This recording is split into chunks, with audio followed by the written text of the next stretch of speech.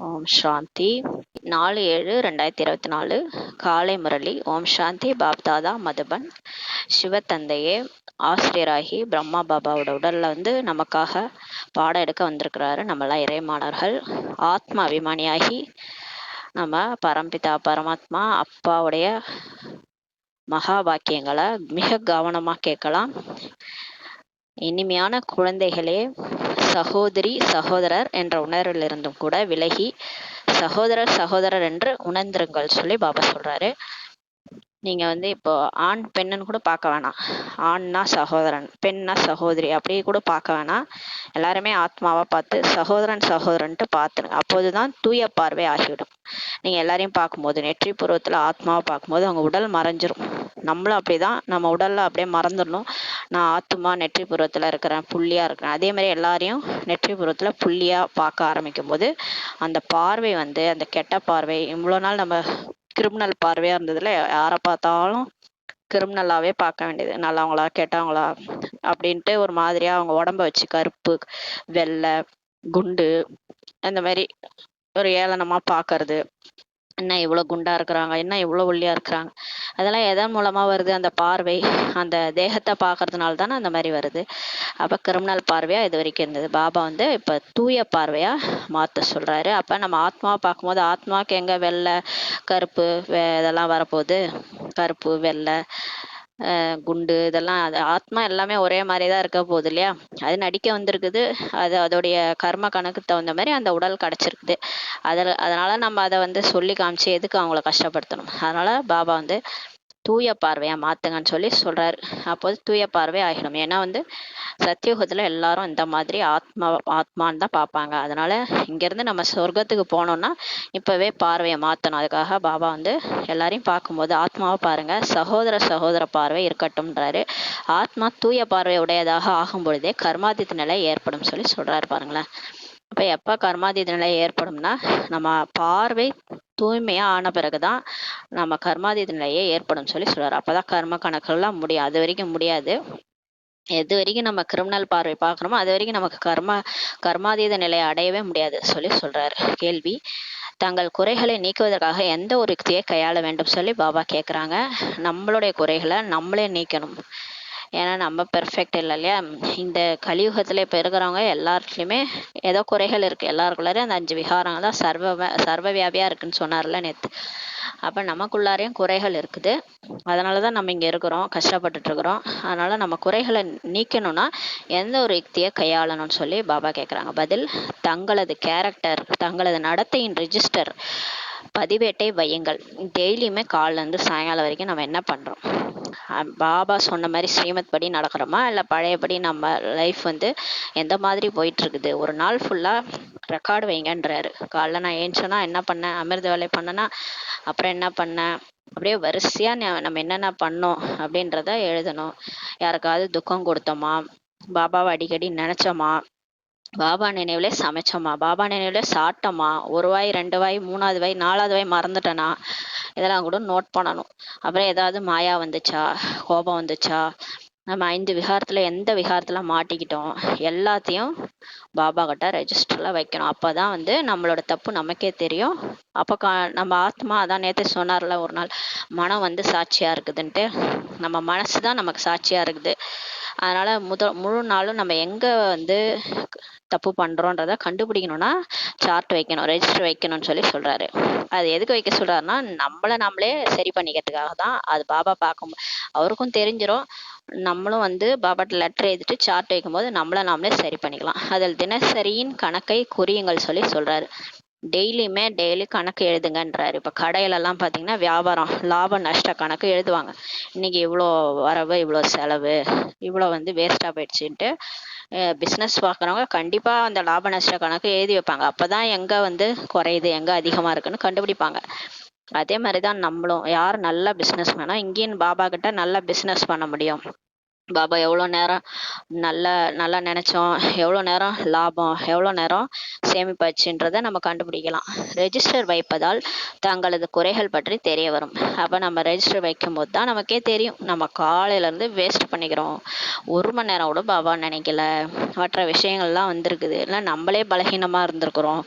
எல்லாத்தையும் நம்மளால கண்டுபிடிக்க முடியும்.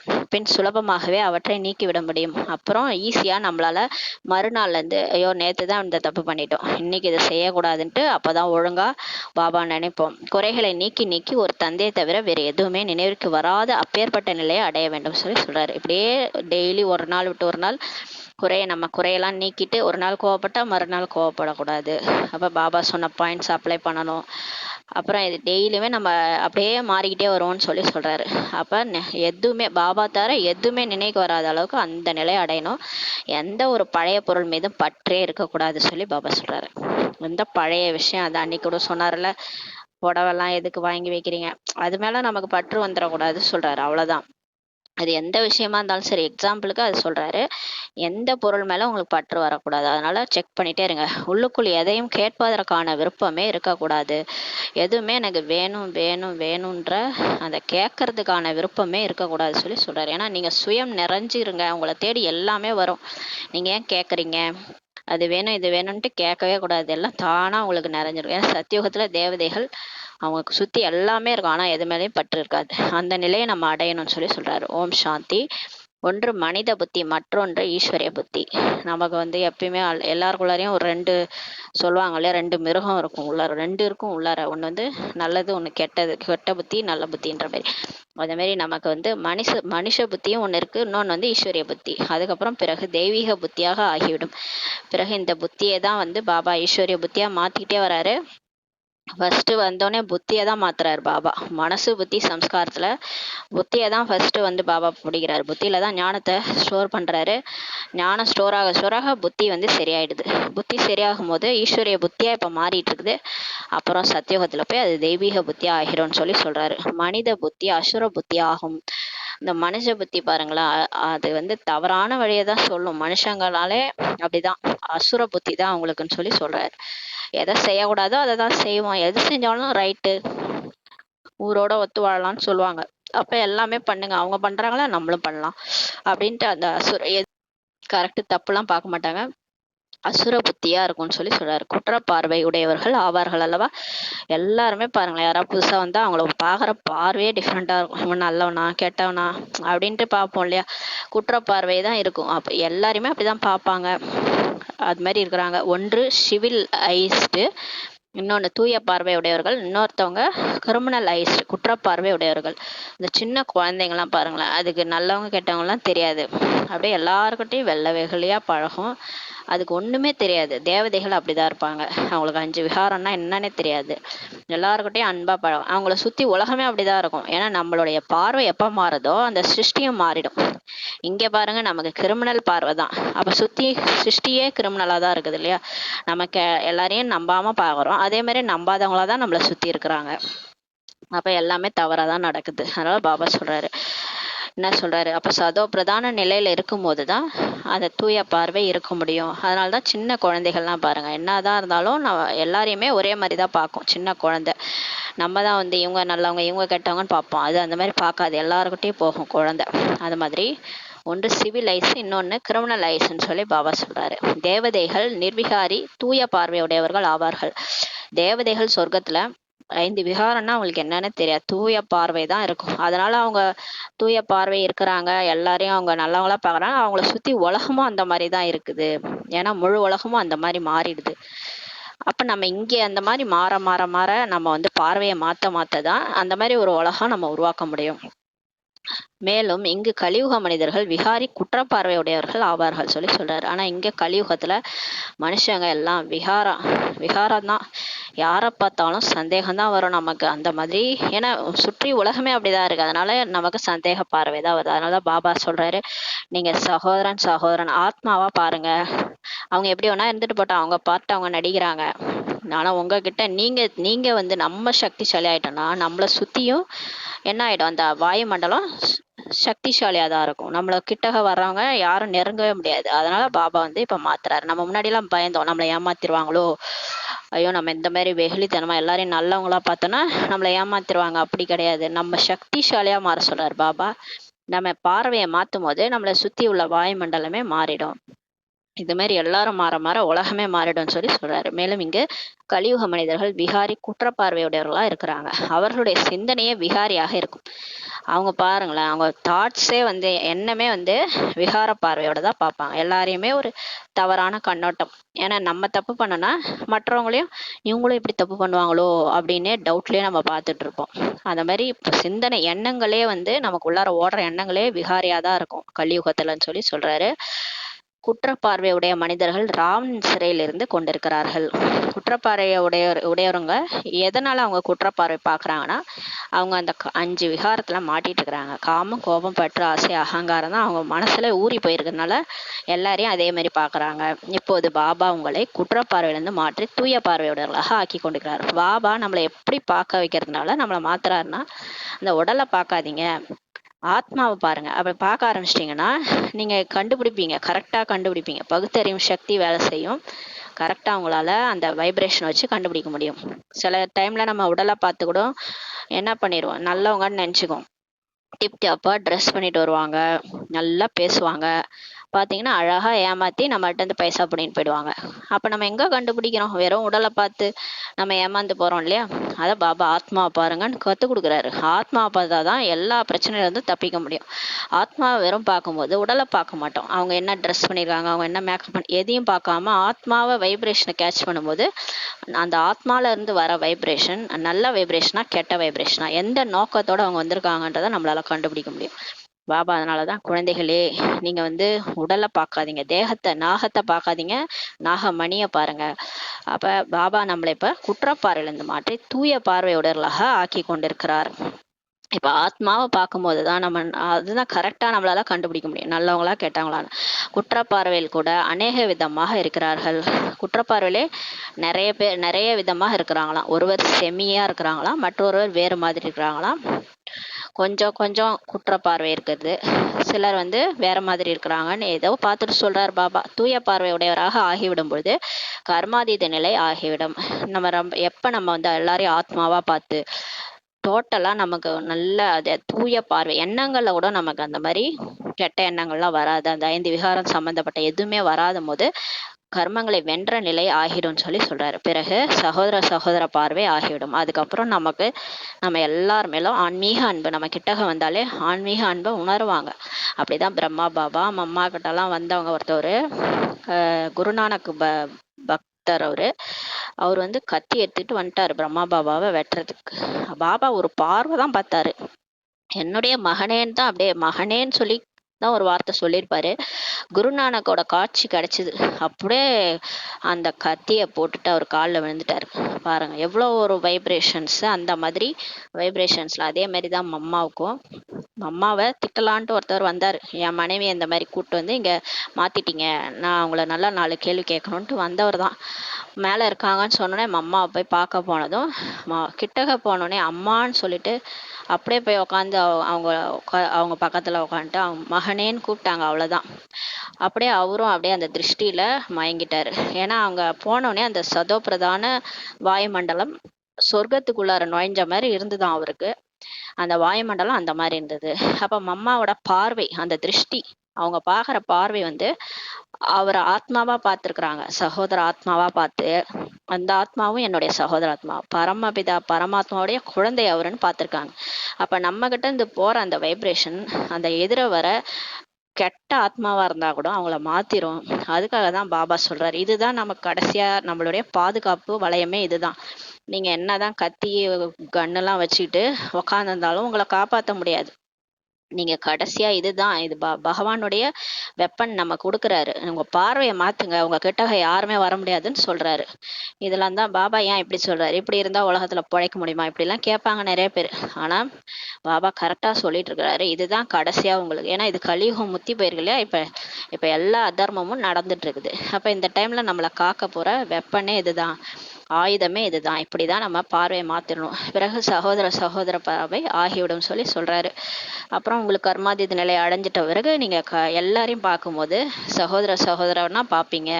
ஆத்மா ஆத்மாவை பார்க்கிறது, சரீரமோ இருப்பதே இல்லை எனும் போது பின் குற்றப்பார்வையுடையவராக எப்படி ஆக முடியும் சொல்லி சொல்றாரு. நான் ஆத்மான்னு உணர்ந்து எல்லாரையும் ஆத்மாவா பார்க்கும்போது அப்ப சரீரமே மறைஞ்சு போயிடுது. அப்புறம் எப்படி உங்களுக்கு குற்றப்பார்வை வரும்னு சொல்லி கேட்கிறாரு. அப்புறம் நீங்க வந்து ஆம்பளையா பாக்குறது, பொம்பளையா பாக்குறது, 2 பேர் பேசிட்டு இருந்தா தப்பா நினைக்கிறது, இதெல்லாம் குற்றப்பார்வை தானே. இது நம்மளே ஒரு வைப்ரேஷனை கிரியேட் பண்ணிடுறோம். உலகம் ஃபுல்லா இல்லாத வைப்ரேஷனை இப்படியே தான் கிரியேட் பண்ணிட்டாங்க. அதனாலதான் அந்த உலகம் வந்து இவ்வளோ மோசமாயிடுச்சு. அப்ப நம்ம இதெல்லாம் நம்ம சரி செஞ்சிட்டோம்னா இந்த உலகமே மாறிடும் சொல்லி சொல்றாரு. எனவே தங்களை சகோதரி சகோதரர் என்ற உணர்விலிருந்து கூட விலகி கொண்டே செல்லுங்கள் என்று தந்தை கூறுகிறார். இப்போ நீங்க உங்களை சகோதரி சகோதரன் கூட பார்க்க வேணாம், ஆண் பெண் என்ற உறவிலிருந்து கூட உணர்விலிருந்து கூட விலகிட்டே போங்கன்னு சொல்லி சொல்றாரு. நீங்க பெண்ணை கூட ஒரு பெண்ணை நீங்க பாக்குறீங்கன்னா கூட அப்ப நீங்க உடலை பார்க்கும்போது அவங்க எந்த saree கட்டியிருக்காங்க, அவங்க என்ன நகை போட்டிருக்காங்க, இதெல்லாம் போதும் இல்லையா கண்ணு நமக்கு. அப்ப அந்த உடலை பார்க்க கூடாது. நம்ம வந்து அதுல கூட நீங்க யார் நல்லவங்க கெட்டவங்க உங்களை வந்து ஏமாத்திருவாங்க நல்லா ட்ரெஸ் பண்ணிட்டு வந்து. அப்ப நீங்க அவங்க ஆத்மாவை தான் நீங்க பார்க்கணும். ஆத்மாவை பார்க்கும்போது அவங்க உடல் மறைஞ்சிரும். அப்ப நீங்க ஆத்மாவா பார்க்கணும். பெண்ணை கூட நம்ம ஆத்மாவை தான் பார்க்கணும். பெண்ணா இருந்தாலும் பரவாயில்ல, ஆணா இருந்தாலும் சரி, யாரா இருந்தாலும் நீங்க வெறும் அந்த உடலையே மறந்துடணும், ஆத்மாவை பாருங்கன்னு சொல்லி இப்ப பாபா சொல்றாரு. சகோதரர் என்று உணருங்கள். எல்லாருமே ஆத்மா ஆத்மா, சகோதரன் சகோதரன்ட்டு உணருங்க. இதுவும் மிக ஆழமான விஷயமாகும். இந்த மாதிரி உணரும் போது நமக்கு அந்த தேக அபிமானம் போயிடும். சுத்தமா நம்ம அந்த ஆத்மா அபிமானியா ஆயிடுவோம். ஒருபோதும் யாருடைய புத்தியிலுமே வர முடியாது. தூய பார்வை என்பதன் பொருள் யாருடைய புத்தியிலுமே வர முடியாது சொல்லி சொல்றாரு. பாருங்க, இதெல்லாம் ரொம்ப ஆழமான விஷயம். இது யாருடைய புத்தியிலையும் வராது. தூய பார்வையோட பொருளை வந்து யாருடைய புத்திலையுமே வர முடியாது சொல்லி சொல்றாரு. அவ்வாறு வந்து விட்டால் உயர்ந்த பதவியை அடைந்து விட முடியும். இது ஆனா ரொம்ப கஷ்டமான பிராக்டிஸ். இந்த பிராக்டிஸ் தான் பாபா செஞ்சார். பிரம்மா பாபா செஞ்சுதான் மாறினாரு. கர்மாதி ஸ்டேஜ் அடைஞ்சாரு. மம்மாவும் ஃபாஸ்டா செஞ்சாங்க இதெல்லாம். அந்த மாதிரி வந்துட்டீங்கன்னா உயர்ந்த பதவியை உங்களால அடைய முடியும்னு சொல்லி சொல்றாரு. தன்னை ஆத்மா என்ற உணருங்கள். முதல்ல நீங்க வந்து ஆத்மா பிராக்டிஸ் பண்ணுங்க. ஒரு இந்த உடல்லையே மறக்கிற பயிற்சி பண்ணணும். ஏன்னா இந்த உடல் முழுதும் நமக்கு வந்து நான் தான் இந்த உடல்ன்றது உங்களுக்கு அந்த அளவுக்கு உணர்வு வந்து வியாபிச்சிருக்குது அப்படின்னு சொல்லி பாபா சொல்றாரு. அதனால தன்னை ஆத்மா என்று உணருங்கள். சரீரத்தை மறந்து விட வேண்டும் சொல்லி பாபா சொல்றாரு. இந்த சரீரம் தான் நான் அப்படின்றத மறந்துடணும்னு சொல்லி பாபா புரிய வைக்கிறாரு. இந்த சரீரத்தை தந்தை நினைவிலிருந்து தான் விட வேண்டும். நேத்து கூட சொன்னார்ல, விதவிதமா கண்ணுல இருந்து போகுது, தலையில இருந்து போகுது, அப்புறம் நெற்றிபுறத்துல இருந்து போகுது, ஆத்மா உயிர் போகுதுன்னுலாம் சொல்றாங்க சாஸ்திரத்துல. ஆனா பாபா சொல்றாரு சரீரத்தை பாபா நினைவுல இருந்து விடணும். அது எங்க இருந்து போனான்னா பாபா நினைவுல இருந்து தான் விடணும். புத்தி பாபா நினைவுல இருக்கணும். இந்த உடலை வந்து அப்படியே அல்வா எப்படி திரண்டு வருது, அந்த வெண்ணெயில இருந்து எப்படி முடி எடுக்கிறோம், அந்த மாதிரி ஈஸியா இந்த உடலை விட்டு போகணும். நான் ஆத்மா பாபாவிடம் சென்று கொண்டிருக்கிறேன். தேக அபிமானத்தை விடுத்து தூய்மையாக ஆக்கக்கூடிய தந்தை நினைவில் தான் சரீரத்தை விட வேண்டும். கடைசி நினைவு இப்படிதான் இருக்கணும். நான் ஆத்மா, நான் இந்த உடலை விட்டு பாபாட்ட போயிட்டு இருக்கிறேன். தேக அபிமானத்தை விட்டு தூய்மையா ஆக்கக்கூடிய தந்தையோட நினைவுல தான் சரீரத்தை விடணும். குற்றப்பார்வை உடையவராக இருந்தார்கள் என்றால் உள்ளுக்குள் அவசியம் உரித்து கொண்டிருக்க கூடும். யாரெல்லாம் இந்த மாதிரி கிரிமினல் பார்வை, குற்றப்பார்வை, தேகத்தையே பாக்குறது தான் குற்றப்பார்வை, அந்த மாதிரி இருந்தாங்கன்னா உள்ளுக்குள்ள அவசியம் அவங்கள உறுத்திக்கிட்டே இருக்கும்னு சொல்லி சொல்றாரு. கோபம் கூட எதனால வருது? அந்த தேகத்தை பார்க்கறதுனால தான் வருது. காமம் எதனால வருது? தேகத்தை பார்க்கறதுனால தான் வருது. பற்று கூட எதனால வருது? தேகத்தை பார்க்கறது. இதே ஆத்மான்னு நீங்க பாத்தீங்கன்னா அவங்க மேல பற்று கூட நமக்கு வராது. ஏன் அவங்க நடிக்க வந்தாங்க, நடிச்சு முடிச்சுட்டு போறாங்க. உங்களுக்கு என்ன வந்தது? நீங்க ஏன் அவங்கள புடிச்சிட்டு இருக்கிறீங்க? பற்று வந்து எப்ப வரும்னா அந்த தேகத்தை பார்க்கும்போது தான் வரும். நம்மளையே இந்த தேகம்னு நினைச்சுக்கிட்டு மற்றவங்களையும் தேகம்னு நினைக்கும் போது தான் பற்று வருது. அது எல்லா விகாரமும் அகங்காரமும் தேகத்தை பார்த்தாதான் வரும். எல்லாத்துக்கும் காரணம் தேகம்தான். பேராசை கூட தேகத்தினாலதான் வர்றது. அந்த தேகம்ன்றத மறங்க. ஒரேடியா அசரீரி ஆத்மான்றத பயிற்சி பண்ணும்போது தான் நம்மளால அந்த வெளியில வர முடியும். இந்த 5 விகாரத்துல இருந்து. ஒருவர் எவ்வளவு தான் நல்ல குழந்தையாக இருந்தாலும் சரி, பிறகும் ஏதாவது தவறுகள் நிகழத்தான் செய்கின்றன. பாருங்க, பிகே ஆகி கூட நல்ல குழந்தைதான், பாபாவுக்கு நல்ல சேவை பண்றாங்க, நல்லா பண்றாங்க. ஆனாலும் ஏதாவது தவறு நிகழ் செய்து. எதனால? தேக அபிமானம் தான். ஏனெனில் மாயா உள்ளது அல்லவா? எல்லாருக்குள்ளாரையும் மாயா இருக்குது. எல்லாரும் ஸ்டூடெண்ட் தானே, படிச்சுட்டே தான் இருக்கிறோம். கண்டிப்பா மாயா இருக்குது. கர்மாதீத நிலையில் யாருமே இருக்க முடியாது. இந்த டைம் கர்மாதீத அடைஞ்சிட்டான்ட்டு யாரும் சொல்ல முடியாது. பாபா சொன்னார்ல, கண்டினியூஸா நினைச்சீங்கன்னா கர்மாதீதே அடைஞ்சிருவீங்க. அந்த மாதிரி யாரும் நினைக்கல இல்லையா? கர்மாதீத நிலையை கடைசியில் அடையும் போது தூய பார்வையுடையவராக ஆகிவிட முடியும். ஆனா கடைசியா நம்ம எல்லாருமே கர்மாதீத நிலை அடைவோம் தான். கர்ம கணக்கு எல்லாருக்குமே முடியும் தான். நம்ம சொன்னா விரும்பினாலும் விரும்பாவிட்டாலும் எல்லாரும் கர்ம கணக்கு முடிச்சுதான் ஆகணும். முடிச்சுட்டு ஒரு நாள் எல்லாரும் இந்த உடம்பு விட்டு போய் தான் ஆகணும். அந்த நாள் நெருங்கிதான் வரப்போகுது. கடைசியில எல்லாருமே கர்மாதீது அடைஞ்சிருவோம். அப்ப தூய பார்வையுடையவராக ஆகிட முடியும்னு சொல்லி சொல்றாரு. ஆனா நம்ம பயிற்சி பண்ணும்போது தான் அந்த தூய்மையான பார்வை, கிரிமினல் பார்வை போயிட்டு சிவில் பார்வை வர முடியும். பிறகு அந்த ஆன்மீக சகோதர அன்பு இருக்கும். அதுக்கப்புறம் கடைசியில பாருங்க எல்லார் மேலேயும் நமக்கு அந்த சகோதர அன்பு வரும். ஆன்மீக சகோதர அன்பு மிகவும் நன்றாக இருக்கும்போது குற்றப்பார்வையே இருக்காது சொல்லி சொல்றாரு. எல்லார் மேலேயும் என்னுடைய சகோதரன், இவங்க எல்லாரும் என் ஆத்மா, என்னுடைய சகோதரன்ற அந்த அன்பு வரும்போது அந்த குற்றப்பார்வையே இருக்காதுன்னு சொல்லி சொல்றாரு. அப்போதுதான் உயர்ந்த பதவியை அடைய முடியும். அப்பதான் உங்களால நல்ல பதவியை அடைய முடியும். பாபா லட்சியத்தையோ முழுமையாக கூறுகிறார். பாபா நமக்கு கரெக்டா இப்ப சொல்லி புரிய வைக்கிறாரு. நீங்க கர்மாதீத அடையணும், தூய பார்வை உடையவரா மாறணும். இதெல்லாம் ஆனாதான் உயர்ந்த பதவி அடைய முடியும். கடைசி வரைக்கும் உங்களுக்கு ஏதாவது ஒரு குற்றப்பார்வையே இருக்குது, கடைசி வரைக்கும் யார் மேலேயா கோவம் இருந்துன்னே இருக்குது, உடம்பு விட்டு போகும்போது கூட எது மேலேயா பட்டு வச்சுட்டு ஏதோ பொருளை நினைச்சிட்டு இருக்கிறீங்க, உடலை நினைச்சிட்டு இருக்கிறீங்க, அப்ப உங்க பார்வையே சரியில்லை இல்லையா, ஆத்ம உணர்வே இல்லை. அப்ப உடலை விட்டு போகும்போது எதையாவது நினைச்சிட்டு போறீங்கன்னா அப்ப உயர்ந்த பதவி அடைய முடியாது சொல்லி சொல்றாரு. இந்த மாதிரியான குறைகள் நம்மள் உள்ளது என்று குழந்தைகள் புரிந்துள்ளார்கள். இப்போ நமக்கு தெரியும். இப்போ டிராமா அனுசாரம் எனக்கு பிடிக்குது, எதிலெல்லாம் நான் அடிக்ட் ஆயிருக்கிறேன், எந்த குறை என்கிட்ட இருக்குது, எல்லாமே குழந்தைகள் தெரியும். பதிவேடு வைக்கும்போது குறைகள் பற்றி தெரிய வரும். இன்னும் நம்ம ரெஜிஸ்டர் வச்சோம்னா, சார்ட் வச்சோம்னா, டெய்லியுமே நைட்டு காலையிலேருந்து சாயங்காலம் வரைக்கும் நான் என்ன பண்ணேன்றதை எழுதணும்னா நம்மளுடைய குறைகள் பற்றி நமக்கே தெரிய வரும். ஒருவர் ரெஜிஸ்டர் வைக்காமலும் கூட திருந்த முடியும். சிலரெல்லாம் பாருங்களேன், வயசானவங்களா இருப்பாங்க, எழுத கூட தெரியாத மாத்தாசா இருப்பாங்க. அவங்களாம் என்ன பண்ணுவாங்க, அவங்க வைக்காம கூட திருந்த முடியும்னு சொல்றாரு. அவங்க என்ன நைட்டு தூங்கும் போது எல்லாத்தையும் ஞாபகப்படுத்தி பாபாட்ட சொல்லிட்டு படுத்தாங்கன்னா, பாபா நான் இதெல்லாம் பண்ணேன், உங்களை இவ்வளோ நேரம் நினைச்சேன், இருந்தாலும் இந்த விஷயம்லாம் பண்ணிட்டேன் பாபான்னு யார் உண்மையை ஒத்துக்கிறாங்களோ அவங்களால திருந்த முடியும். பாபா சொல்றாங்க, யார் அறகுறையா இருக்கிறாங்களோ அவங்க அவசியம் ரெஜிஸ்டர் வைக்க வேண்டும் சொல்லி பாபா சொல்றாரு. அப்போ நம்மளுடைய குறைகளை நம்ம ரியலைஸே பண்ணல அப்படின்னா நம்ம என்ன பண்ணணும், அவசியம் ரெஜிஸ்டர் வைக்கணும்னு சொல்லி பாபா சொல்றாரு. பக்குவம் இல்லாதவர்களோ நிறைய பேர் இருக்கிறாங்கன்னு சொல்லி சொல்றாரு. பிகே ஆகி கூட, பாபா குழந்தையாகி கூட பக்குவம் இல்லாம நிறைய பேர் இருக்கிறாங்க. ஒரு சிலருக்கோ எழுதுவதற்கே தெரிவதில்லை. நிறைய பேருக்கு எழுதுவதற்கே தெரியாது.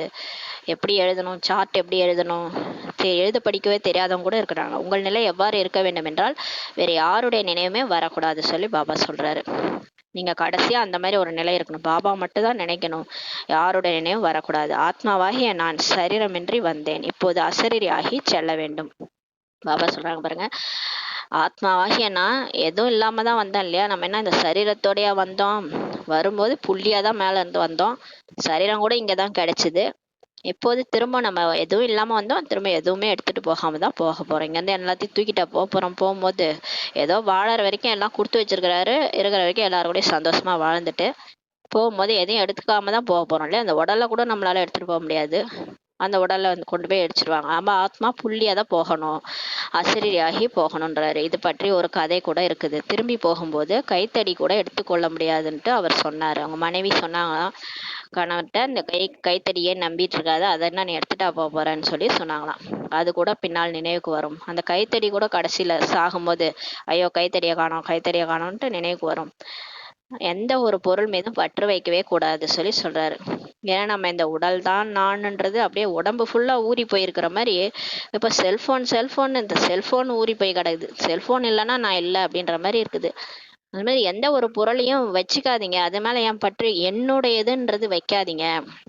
எதை நம்ம எடுத்துட்டு போறோம், செல்போன் போகும்போது எடுத்துட்டா போறோம். அப்ப பாருங்க, எதுவுமே இது கிடையாது. இந்த நிமிஷம் கடைசி நிமிஷம்னா நம்ம எல்லாத்தையும் விட்டுட்டு போய்தான் ஆகணும். அதனால எது மேலேயும் பற்று வைக்காதீங்க. ஆனா அதோட நினைவுல நீங்க சரீரம் விட்டீங்கன்னா திரும்ப நம்ம அப்புறம் செல்போன் கடைக்காரருக்கு தான் போய் புள்ளையா பிறக்கணும். என்ன பண்றது, அந்த மாதிரி எது மேல பற்று வைக்கிறோமோ இங்கே பிறந்துருவோன்றாரு. அநேகருடைய பற்று பழைய பொருட்கள் மீது இருக்கும். நிறைய பேர் அந்த பழைய பொருளை பிடிச்சிட்டு இருப்பாங்கன்னு சொல்லி சொல்றாரு. தந்தையை தவிர வேற எதுவுமே நினைவுக்கு வரக்கூடாது. பாபாவை தவிர வேற எந்த விஷயமே நம்ம நினைவுக்கு வரக்கூடாது. எவ்வளவு உயர்ந்த குறிக்கோள் ஆகும் இது, எவ்வளவு உயர்ந்த குறிக்கோள்னு சொல்லி பாபா சொல்றாரு. ஏன்னா பாபா நினைக்கிறது சும்மாவா என்ன? உடைந்த பானை துண்டு எங்கே, சிவபாபாவின் நினைவு எங்கே சொல்லி சொல்றாரு. உடைந்த பானையோட ஓட போய் நினைக்கிறது எங்க, சிவபாபாவோட நினைவு எங்க. எவ்வளவு பெரிய விஷயம், குறிக்கோளே உயர்ந்தது. கேட்டு வாங்கக்கூடிய இச்சை கூட இருக்கக்கூடாது. ஏதாவது வேணும்னா போயிட்டு வேணும் வேணும்னு கேட்டு வாங்கக்கூடிய ஆசை கூட இருக்கக்கூடாது. ஒவ்வொருவரும் குறைந்தது 6 மணி நேரம் அவசியம் சேவை செய்ய வேண்டும். பிகே ஆயிட்டு எல்லாருமே 6 மணி நேரம் அவசியம் சேவை செய்யணும்னு சொல்லி சொல்றாரு. எப்படி அரசாங்க சேவை 8 மணி நேரம் இருக்கும் இல்லையா, ஆனா நான் பாண்டவ அரசாங்கத்தின் சேவை குறைந்தது 5 to 6 மணி நேரம் அவசியம் செய்யுங்கன்னு சொல்லி சொல்றாரு. அதுக்காக உக்காந்தே நான் பாபா யோகா செய்ய சொல்லலை. நடமாடிக்கிட்டே நடந்தாலும் வேலை செஞ்சாலும் பாபா நினைவுல இருக்கணும். மனசா சேவை செய்யணும். பூமி பந்துல போய் சக்தி கொடுக்கணும். பாபாவை நினைக்கிறதே ஒரு சேவை தான். நினைச்சிட்டு இருந்தாலே அந்த வாயுமண்டலம் மாறும். இத 5 to 6 மணி நேரமாவது அவசியம் சேவை செய்யணும்னு சொல்லி சொல்றாரு. விகாரி மனிதர்கள் ஒருபோதும் பாபாவை நினைவு செய்யவே முடியாது. யார் 5 விகாரத்துல மூழ்கி இருக்கிறாங்களோ அவங்களால ஒருபோதும் பாபாவை நினைக்கவே முடியாது சொல்லி சொல்றாரு. சத்தியுகத்தில் இருப்பது நிர்விகாரி உலகம். சொர்க்கத்துல நிர்விகாரி உலகம்தான் இருக்கு. தேவி தேவதைகளின் மகிமை கூட என்ன பாடியிருக்கிறாங்க, சர்வகுண சம்பன்னன் பாடியிருக்கிறாங்க. 14 கரை சம்பூர்ணமானவங்கன்ட்டு பாடப்படுகிறது. குழந்தைகளாகி உங்களுடைய நிலை எவ்வளவு விடுபட்டதாக இருக்க வேண்டும் சொல்லி சொல்றாரு. நீங்க எப்படி இருக்கணும் தெரியுமா? அப்படி விடுபட்டு இருக்கணும். இந்த ஆத்மான்ற உணர்வுல இருக்கணும். உடல் உணர்வுலே இருக்கக்கூடாது சொல்லி சொல்றாரு. எந்த ஒரு சீச்சி பொருளின் மீதும் பற்று இருக்கக்கூடாது. எந்த ஒரு பொருள் மீதும் சீச்சி பொருள்னு சொல்றாரு. அந்த மாதிரியான பொருள் மேல கூட பற்று இருக்கக்கூடாது. சரீரத்தின் மீது கூட பற்று இருக்கக்கூடாது. நம்ம உடல் மேலேயே நமக்கு பற்று. மற்றவங்க உடல், மற்ற தேகதாரி, இவங்க வந்தாதான், இவங்க இல்லைன்னா என்னால இருக்க முடியாது, அந்த மாதிரி யார் மேலேயும் பற்று வைக்கக்கூடாது. அந்த அளவிற்கு யோகியாக ஆக வேண்டும் சொல்லி சொல்றாரு. அப்ப பாபா நான் அவ்வளவுதான், அந்த மாதிரி யோகியா இருக்கணும்னு சொல்றாரு. உண்மையிலும் உண்மையாக இப்பேற்பட்ட யோகி ஆகும்போதுதான் அவர்கள் இது போல புத்துணர்வுடன் இருப்பார்கள். யார் அந்த மாதிரி யோகி ஆகிறாங்களோ அவங்க புத்துணர்வா இருப்பாங்க. அப்படியே அவங்கள பார்த்தாலே மத்தவங்களுக்கும் குஷி வந்துடும். குஷியா இருப்பாங்க எந்த நேரமும். ஜானகி தாதியெல்லாம் அப்படிதான் இருந்தாங்க.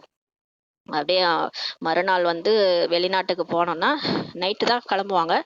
3 மணி நேரம் 4 மணி நேரத்துல ஃப்ளைட்ல போயிட்டாலும் தூங்க மாட்டாங்களாம். 1 மணி நேரம் பாபா நினைச்சிட்டு ஒரு 20 நிமிஷம் கூட பாபா நினைச்சிட்டு உடனே சேவை பண்ண ஆரம்பிச்சிருவாங்களாம். அவ்வளோ எப்பயுமே குஷியா. அது எப்படி இருக்க முடியும்? ஆத்ம உணர்வுல இருக்கும்போது தான் அந்த மாதிரி குஷியா இருக்கும். நம்மளா இருந்தா அப்படியே சோர்ந்து விழுந்துருவோம் இல்லையா, டயர்ட் ஆயிடுவோம் வெளிநாட்டுக்கெல்லாம் போனோம்னா. ஆனா அவங்க பாருங்க, அவ்வளவு புத்துணர்வோட இருந்திருக்காங்கன்னா அவங்க ஆத்ம உணர்வுல இருந்திருக்காங்க. எந்த அளவிற்கு நீங்கள் சதோ பிரதானமாக ஆகி கொண்டே செல்வீர்களோ அந்த அளவிற்கு அளவு கடந்த குஷி ஏறிக்கொண்டே இருக்கும் சொல்லி சொல்றாரு. பாருங்க, இப்பதானே நீங்க எப்படி இருக்கீங்க, நீங்க போக போக பாருங்க, முரளி படிச்சு படிச்சு பாபா நினைவு அதிகரிச்சுன்னா சதோ பிரதானமா ஆயிடுவீங்க. அப்ப ஆகும்போது அளவு கடந்த குஷி உங்களுக்கு ஏறிக்கிட்டே போகும். அதுதான் உங்களுக்கு நீங்க முன்னேறிட்டு போறதுக்கான உங்களுக்கு அறிகுறியே பாத்தீங்கன்னா உங்களோட குஷியை அதிகரிச்சுட்டே போகும். அதுதான் ஆத்மா பேட்டரி சார்ஜ் ஆயிட்டே போகுதுன்றது அர்த்தம்னு சொல்லி சொல்றாரு. பாபா நினைவு அதிகரிச்சுட்டே போச்சுன்னா அவங்க எப்படி இருப்பாங்கன்னா, அவங்கள பார்த்தாலே எல்லாருக்கும் குஷி வரும். அவங்களுக்கு குஷி ஏறிட்டே போகும்னு சொல்லி சொல்றாரு. 5000 வருடங்களுக்கு முன்பும் இப்பேற்பட்ட குஷி இருந்தது. இதே மாதிரிதான் போன கல்பத்துல உங்களுக்கு இந்த குஷி இருந்தது. சத்தியுகத்துல கூட அதே குஷி இருக்கு. இப்ப நீங்க எவ்வளவு குஷியோட போறீங்களோ அந்த குஷி அப்படியே சொர்க்கத்துல இருக்கும்னு சொல்லி சொல்றாரு. இங்கும் குஷி இருக்கும். பிறகு இதே குஷியை உடன் எடுத்து சொல்வீர்கள். கடைசியா நீங்க உடலை விடும் போதும் குஷியா பாபா நினைவுல போவீங்க. வாழும் போதும் பாபா நினைவுல குஷியா இருக்கிறீங்க. இந்த குஷியை தான் போகும்போது எடுத்துட்டு போவீங்கன்னு சொல்லி சொல்றாரு. அந்துமதி சோகதி அல்லவா. கடைசியில் புத்தி எப்படியோ அப்படியே கதி என்று கூறப்படுகிறது அல்லவா. கடைசியில நம்ம புத்தி எதன் மீது இருக்கோ அதுதான் நம்மளுடைய அடுத்த பிறப்பு. கடைசி புத்தி தான் அடுத்த கதின்னு சொல்லி சொல்றாரு. இப்போது கிடைக்கும் வழி பிறகு கதி சத்தியுகத்தில் இருக்கும். இப்போது நமக்கு வழி கிடைக்குது, பின்னாடி நம்மளுடைய கதி சத்கதி அடையிறோம், சத்தியுகத்துல கிடைக்கும்னு சொல்லி சொல்றாரு. இது மிகவுமே விசாசாகர் மந்தன் சிந்தனை கடலை கடைய வேண்டிய விஷயமாகும். இந்த விஷயத்தை நீங்க ரொம்ப யோசிக்கணும்னு சொல்லி சொல்றாரு. சிந்தனை கடலை மனன சிந்தனை பண்ணுங்க. பாபா எப்படி அந்துமதி சோகதி சொல்லியிருக்காருல, எனக்கு இப்ப இந்த கடைசி பிறையில இப்ப நான் பாபா மட்டும் நினைச்சிட்டு உடலை விடணும். அதுக்கு இப்போ எனக்கு புத்தியில என்னென்னலாம் பற்று ஓடிட்டு இருக்கு, எது மேலலாம் எனக்கு பற்று இருக்குது, நான் எதை நீக்கணும். இதை நல்லா அந்த மாதிரி யார் போயிருப்பாங்க. இப்ப லட்சுமி நாராயணன் அந்த அளவுக்கு முயற்சி பண்ணி போயிருக்காங்க. 108 பேரும் பாஸ்வித்தானராகி 8 பேர் போயிருக்காங்க, மீதி எல்லாரும் சிறிது தண்டனை அடைஞ்சு போயிருக்காங்க. அப்ப அந்த அளவுக்கு நம்ம போகணும்னா என்ன பண்ணணும், இதை வந்து நீங்க விசாசாகர மந்தன் செய்யணும்னு சொல்லி சொல்றாரு. தந்தை இருப்பதே துக்கஹர்த்தா சுகஹர்த்தா. தந்தை எப்படி இருக்கிறார், துக்கத்தை நீக்கி சுகம் அளிப்பவராக இருக்கிறார். நாங்கள் தந்தையின் குழந்தைகள் ஆவோம் என்று நீங்கள் கூறுகிறீர்கள் என்றால் யாருக்குமே துக்கம் கொடுக்க கூடாது சொல்லி பாபா சொல்றார். பாபாவோட குழந்தையா நீங்க ஆகிறீங்கன்னா, உங்க பாபா எப்படி அன்பே சிவம்ல ஒரு அன்பு கடலா இருக்கிறாரு. அப்ப நம்ம மட்டும் துக்க கடலா இருக்குமா? அவர் மாதிரிதான் நம்மளும் மாஸ்டர் அன்பு கடலா இருக்கணும். நீங்க யாருக்குமே துக்கம் கொடுக்கக்கூடாது. நீங்க துக்கமும் எடுக்கக்கூடாது, மற்றவங்க துக்கமும் கொடுக்கக்கூடாது. நீங்க துக்கம் எடுத்தீங்கன்னா தான் மற்றவங்க துக்கம் கொடுத்துருவீங்க. எடுக்காதீங்கன்னு சொல்லி சொல்றாரு. எல்லாருக்கும் ஆசீர்வாதம் கொடுங்க, ஆசீர்வாதம் எடுங்க. மனதால எல்லாரையும் ஆசீர்வாதம், நீங்க கூட இருக்கிறவங்க முதல்ல ஆசீர்வாதம் கொடுங்க, எல்லாருக்கும் ஆசீர்வாதம் கொடுங்க, ஆசீர்வாதம் எடுங்க. அனைவருக்கும் சுகத்தின் வழியை கூற வேண்டும். எல்லாருக்குமே பாபாவை அறிமுகம் கொடுங்க. பாபா இருக்கிறாரு, கடவுள் இருக்கிறாரு, அவர் வந்து பாடம் எடுத்துட்டு இருக்கிறாரு, அந்த வழியை காட்டுங்கன்னு சொல்லி சொல்றாரு. சுகம் கொடுப்பதில்லை என்றால் அவசியம் துக்கம் கொடுப்பார்கள். யார் சுகம் கொடுக்கலையோ கண்டிப்பா பக்கத்துல இருக்கிறவங்க அந்த வாயுமண்டலத்திலே என்ன பண்ணிட்டு இருப்பாங்க, துக்கத்தை தான் பரப்பிட்டு இருப்பாங்க. அவசியம் துக்கம் கொடுப்பாங்கன்னு சொல்லி சொல்றாரு. இது புருஷோத்தம சங்கமேகமாகும். இது ஆத்மா உத்தமமாகிற சங்கமேகம். இப்போது நீங்கள் சதோ பிரதானமாக ஆவதற்காக முயற்சி செய்கிறீர்கள். இப்ப நம்ம தூய்மை ஆவதற்காக முயற்சி செய்யறோம். புருஷார்த்திகள் முயற்சியாளர்கள் கூட வரிசை கிரமமாக இருக்கிறார்கள். முயற்சி செய்யறவங்க கூட வரிசை கிரமம் தான். எல்லாரும் இந்த ஞானத்தை ஒழுங்கா புரிஞ்சுக்கிட்டு அதை வாழ்க்கையில ஃபாலோ பண்றாங்களான்னு கேட்டா சொல்ல முடியாது. அவங்க கூட வரிசை கிரமமா தான் இருக்கிறாங்க. குழந்தைகள் நல்ல சேவை செய்கிறார்கள் என்றால் தந்தை அவர்களுக்கு மகிமை செய்கிறார்கள். யாரெல்லாம் நேத்து கூட சொன்னார்ல, நல்ல சேவை செய்யற குழந்தைகளை நானே வந்து நினைக்கிறேன்னு சொல்லி சொல்றாரு. அவரே நம்மள நினைக்கிறாராம்.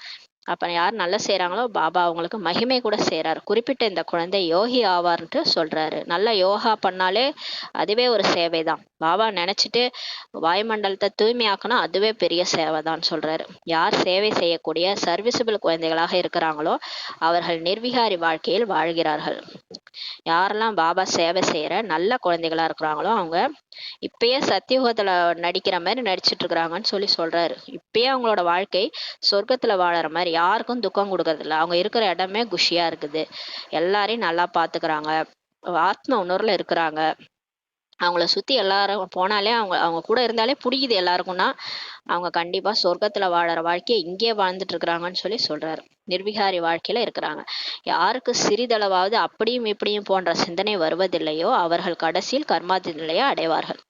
யாருக்கு கொஞ்சம் கூட அப்படி இப்படி சிந்தனை தப்பு தவறா ஏதாவது புத்தியில ஓடிட்டே இருக்கும், வாயில கூட வராது, பேச மாட்டோம், ஆனா புத்தியில ஏதாவது ஓடிட்டே இருக்கும். ஏன்னா நம்ம பாக்குறதெல்லாம் அப்படித்தானே, சினிமால பாக்குறோம், தவறு தவறா அந்த சீன்ஸ் எல்லாம் பாக்குறோம், அப்ப அது புத்தியில ஓடும் இல்லையா. நம்ம எதை பாக்குறோமோ அது அப்படியே புத்தியில பதியும். அதனால அந்த மாதிரி யாருக்கு அப்படி இப்படி சிந்தனை கூட புத்தியில ஓடுறது இல்லையோ அவங்கதான் கடைசியில கர்மாதி நிலையை அடைவாங்க. கர்ம கணக்கெல்லாம் முடிச்சு கர்மாதி நிலையை அடைவாங்கன்னு சொல்லி சொல்றாரு. பிராமணர்களாகிய நீங்கள் தான் தூய பார்வையுடையவர்களாக ஆகி கொண்டிருக்கிறீங்க. இப்ப உலகமே கிரிமினல் பார்வையா பார்த்துட்டு இருக்குது எல்லாரையும். ஆனா நம்ம தான் பிகேஸ் பாபா நம்ம பார்வையை மாத்திட்டாரு, தூய பார்வையுடையவர்களா ஆத்மான்னு பார்க்க வைக்கிறாரு. மனிதனை ஒருபோதும் தேவதை என்று கூற முடியாது சொல்லி பாபா சொல்றாரு. மனுஷனை தேவதைன்னு சொல்ல முடியுமா? மனிதனுக்குள்ளார என்ன, மனிதன்னா குரங்கு மாதிரி இல்ல, அவ்வளவுதான். மற்றபடி குரங்கு புத்தி தான் இருக்குது இல்லையா. மனுஷனை ஒருபோதும் தேவதைன்னு சொல்ல முடியாது. யார் குற்றப்பார்வையுடையவர்களாக இருப்பார்களோ அவர்கள் அவசியம் பாவம் செய்வாங்க. யார் குற்றப்பார்வை தேகத்தையே பாக்குறாங்களோ, தேகமா எல்லாரையும் பாக்குறது, எந்த நேரம் குற்றப்பார்வை பார்த்துட்டே இருந்தா அவங்க கண்டிப்பா பாவம் தான் செய்வாங்கன்னு சொல்லி சொல்றாரு. சத்தியக உலகம் பவித்திரமான உலகமாகும். சொர்க்கம் அப்படி கிடையாது, அது தூய்மையான உலகம். அங்கு இது வந்து தூய்மையற்ற உலகம். இதன் பொருளை கூட புரிந்து கொள்வதில்லை. இதை கூட நிறைய பேர் புரிஞ்சுக்கிறது இல்லை. பிராமணர் ஆகும்போது தான் புரிந்து கொள்ள முடியும். யார் இங்க வந்து ஞானம் கேட்கறாங்களோ அவங்களால தான் புரிஞ்சுக்க முடியும். ஞானமும் மிகவும் நன்றாக உள்ளது, நேரம் கிடைக்கும் போது நாங்கள் வருவோம்னு சொல்லி சொல்றாங்க. இது சூப்பரா இருக்குங்க, நீங்க சொல்றது ரொம்ப கேட்கவே அருமையா இருக்குது. ஆனா நேரம் கிடைக்கும் போது நாங்க வரோம்னு சொல்லி சொல்றாங்க. ஒருபோதும் வரமாட்டார் என்று பாபா அறிவார். ஆனா பாபாக்கு தெரியும் வரமாட்டாங்க. இதுவோ தந்தை அவமதிப்பதாகும். பாபா சொல்றாரு, இது இந்த மாதிரி நான் வரேன்னு சொல்லிட்டு போறது கடவுளே அவமதிக்கிறது. ஏன் இங்க கடவுளே வந்து பாடம் எடுத்துட்டு இருக்கிறாரு. மனிதன் வந்து தேவதை ஆகிறோம் என்றால் உடனே வந்து முயற்சி செய்ய வேண்டும் அல்லவா. இங்க யாரு கடவுளே வந்து பாடம் எடுக்கிறாரு. மனிதன்ல இருந்து தேவதை ஆகிறோம்னா உடனே வரணும் இல்லையா. தெரியல உங்களுக்கு. நாளைக்கென்று ஒத்தி போட்டீர்கள் என்றால் மாயை மூக்கை பிடித்து சாக்கடையில் தள்ளிவிடும் சொல்லி சொல்றாரு. நாளைக்கு முயற்சி பண்றேன், நாளைக்கு அமிர்த விளையாண்டு, நாளைக்கு முரளி கேட்கறேன், நான் இன்னும் எனக்கு வாழறதுக்கு எனக்கு நான் வாழவே இல்லை, கொஞ்சம் வாழ்ந்துட்டு வரேன், அப்புறமா இந்த கடைசி காலத்துல வந்து நான் இதெல்லாம் பாத்துக்கிறேன் அப்படின்னு நினைச்சிட்டு போவாங்க. ஆனா மாயா மூக்கை பிடிச்சு சாக்கடையில தள்ளிவிடும் சொல்லி பாபா சொல்றாரு. ஏன்னா நம்ம 5 விகாரத்துல போய் மூழ்கி போயிட்டோம்னா அப்புறம் பாபா பக்கமே வர முடியாது. நாளை நாளை என்று கூறி என்ன ஆகும், காலன் சாப்பிட்டு விடுவான். அது மாதிரி நிறைய பேர் போயிருக்கிறாங்க. நாளைக்கு வரேன், நாளைக்கு பிகே ஆகுறேன், நாளைக்கு பிகே ஆகுறேன்ட்டு மரணமே வந்துருச்சு அவங்களுக்கெல்லாம். இப்ப எப்படி ஆக முடியும்? உடலே விட்டு போயிட்டாங்க. நாளைக்கு மாறுறேன், நாளைக்கு பிகே ஆகுறேன்னு சொன்னவங்களாம் போயிட்டாங்க. காலனே சாப்பிட்டுச்சுன்னு சொல்லி பாபா சொல்றாரு. அப்ப மரணம் வந்தா என்ன பண்ணுவீங்க? இப்பதான் நேரம் கிடைக்குது, இப்பதான் முரளி கேட்க முடியும். இந்த இன்று இல்லையேல் நாளை இல்லை, இன்று இல்லையேல் எதுவுமே இல்லை சொல்றாங்கல்ல. இன்னைக்கு இல்லைன்னா என்னைக்குமே இல்லை. அந்த மாதிரி எந்த காரியம் செய்யறதுனாலும் தாமதிக்கவே கூடாது, சுப காரியத்தில் தாமதிக்கவே கூடாது சொல்லி சொல்றாரு. இருக்கிறதுல பெரிய சுப காரியம் என்ன தெரியுமா? பாபா கிட்ட வந்து சேர்றது தான். பாபா முரளியை கேட்கறது தான் சுப காரியமே. அதை போய் நீங்க ஒத்தி போடலாமா? நாளைக்கே மரணம் வந்தா எப்படி படிப்பீங்க சொல்லி கேட்கிறாரு. தாமதிக்கவே கூடாது. காலனோ தலை மீது நின்றுள்ளான். எல்லாருக்கும் மரணம் தலை மீது இருக்குது இல்லையா? என்னைக்கு ஒரு நாளும் இறப்பு காத்துட்டு இருக்கு. எல்லாரும் பிறந்திருக்கிறோம்னா கண்டிப்பா இறப்புன்னு ஒண்ணு இருக்கும் இல்லையா? ஜாதகத்திலே குறிச்சிடுறாங்க பிறப்புனா இறப்புன்ட்டு. எத்தனை மனிதர்கள் திடீரென்று இறந்து விடுகிறார்கள் பாருங்க. நிறைய பேர் திடீர்னு போயிடுறாங்க. இப்போது குண்டுகள் வெந்தது என்றால் எத்தனை மனிதர்கள் இறந்து போவார்கள். ஆட்டம் பாம்பெல்லாம் போட்டாங்கன்னா முடிஞ்சிச்சு. எல்லாம் எவ்வளவு பேர் போயிடுறாங்க. பூகம்பம் ஏற்படுகிறது என்றால் முதல்லயே தெரிய வருமா என்ன சொல்லி பாபா கேட்கிறார். சரி, பூகம்பம் வருது, உங்களுக்கு முன்னாடியே தெரிஞ்சிருமா என்ன? உயிரை காப்பாத்திக்க முடியுமா? என்ன நடக்குதுன்னே தெரியாது, திடீர்னு போயிருவீங்க. நாடகப்படி இயற்கையின் சேதங்கள் கூட ஆகத்தான் போகிறது சொல்லி சொல்றாரு. டிராமா படி நிறைய இந்த பூகம்பம், இந்த வெள்ளம் எல்லாமே வரதான் போகுதுன்றாரு. இதை யாருமே தெரிந்து கொள்ள முடியாது. அது சொல்லிட்டுலாம் வராது, திடீர்னு நடக்கும். சுனாமிலாம் சொல்லிட்டா வருது, திடீர்னு வருது இல்லையா? மிகவும் நஷ்டம் ஏற்பட்டு விடுகிறது சொல்லி சொல்றாரு. பிறகு அரசாங்கம் ரயில் வண்டி கட்டணம் ஆகியவற்றையும் அதிகரித்து விடுகிறது. இந்த மாதிரி சூழ்நிலையில ரயில் வண்டி கட்டணத்தெல்லாம் ஏத்திடுறாங்க இல்லையா? மனிதர்களோ சென்றுதான் ஆக வேண்டியிருக்கும். மனிதர்கள் கொடுக்கக்கூடிய வகையில் எப்படி வருவாயை அதிகரிப்பது என்று சிந்தித்து கொண்டே இருப்பார்கள். இப்ப ரயில்ல போகாமலாம் இருக்க முடியுமா? போய் தான் ஆகணும் இல்லையா? அப்ப மனுஷங்க வந்து நம்ம கொடுக்குற அளவுக்கு அவங்களோட வருவாய் இன்கம் வந்து அதிகரிக்கணும், அதுக்காக சிந்திச்சுக்கிட்டே இருப்பாங்கன்னு சொல்லி சொல்றாரு. தானியங்களின் விலை எவ்வளவு அதிகமாக உயர்ந்துள்ளது. இப்ப கூட பாருங்க, எல்லா விலையும் அதிகரிச்சிருச்சு இல்லையா? எனவே பாபா அமர்ந்து புரிய வைக்கிறார். தூய பார்வை உடையவர்களுக்கு பவித்ர ஆத்மா என்பார்கள். யார் தூய்மையான ஆத்மானா? தூய பார்வை பார்க்கறவங்க தான் தூய்மையான ஆத்மா. இந்த உலகமே குற்றப்பார்வை நிறைந்ததாக உள்ளது. இப்ப இந்த உலகமே எல்லாரையும் எந்த பார்வையில பாக்குது? நல்லவங்கள கூட கெட்டவங்களா பாக்குற உலகம் இது. இங்க போய் எப்படி நம்ம வந்து பாபா சொல்றாரு நல்ல பார்வை பாருங்க. அவன் அப்ப அவர் என்ன சொல்றாரு? நல்லா, அதாவது கெட்டவங்கள நல்லவங்களா பார்க்க சொல்லல பாபா. நீங்க ஆத்மாவா பாருங்க, அப்பதான் அவங்க வைப்ரேஷன்ஸ் கிடைக்கும். அவங்க என்ன வைப்ரேஷனோட உங்கள்கிட்ட வந்திருக்கிறாங்கன்னு உங்களுக்கு தெரியணும்னா நீங்க வந்து தேகமா பார்க்காம ஆத்மாவா பார்க்கணும். சகோதரன் சகோதரின்ற பார்வையை கூட மாத்திட்டு சகோதரன் சகோதரன் ஆத்மா ஆத்மான்னு பாருங்க. அப்பதான் வைப்ரேஷன் கேட்ச் பண்ண முடியும்னு சொல்றாரு. அப்பதான் நீங்க தப்பிக்க முடியும் எல்லா விஷயத்துல இருந்தும். உலகமே குற்ற பார்வை நேர்ந்ததா இருக்குது. நீங்கள் இப்போது சிவிலைடா மாறுறீங்க, தூய பார்வையுடையவர்களாக ஆகிறீர்கள்.